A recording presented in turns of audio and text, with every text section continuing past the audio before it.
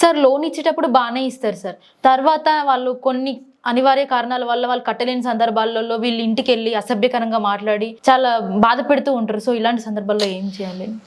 ప్రతి మనిషి లైఫ్లో అప్పుడప్పుడు అప్పులలో కూరుకుపోతూ ఉంటాం అన్నది లైఫ్లో సహజం. అది ఏ మనిషికైనా కష్టాలు, ఫైనాన్షియల్గా కష్టాలు చూడకుండా లైఫ్ అవుతాం అన్నది ఆల్మోస్ట్ ఇంపాసిబుల్ అని చెప్పచ్చు. అట్లాంటప్పుడు వాళ్ళ కాలచక్రంలో అప్పుడప్పుడు ఈ లోన్లనే చక్రంలో ఇరుక్కుంటూ ఉంటారు. కట్టలేని పరిస్థితిలో ఆత్మహత్యలు చేసుకుంటూ ఉంటారు. నేను చెప్పేది ఏంటంటే కట్టలేని పరిస్థితిలో ఆత్మహత్యలే శరణం అనుకోకుండా బ్యాంకులకి ఒక అడ్వకేట్ ద్వారా నోటీస్ పెట్టి కొంచెం మాకు టైం ఇస్తే వెసులుబాటు చూసుకొని మేము సెటిల్మెంట్కి వచ్చి కడతామని చెప్పొచ్చు.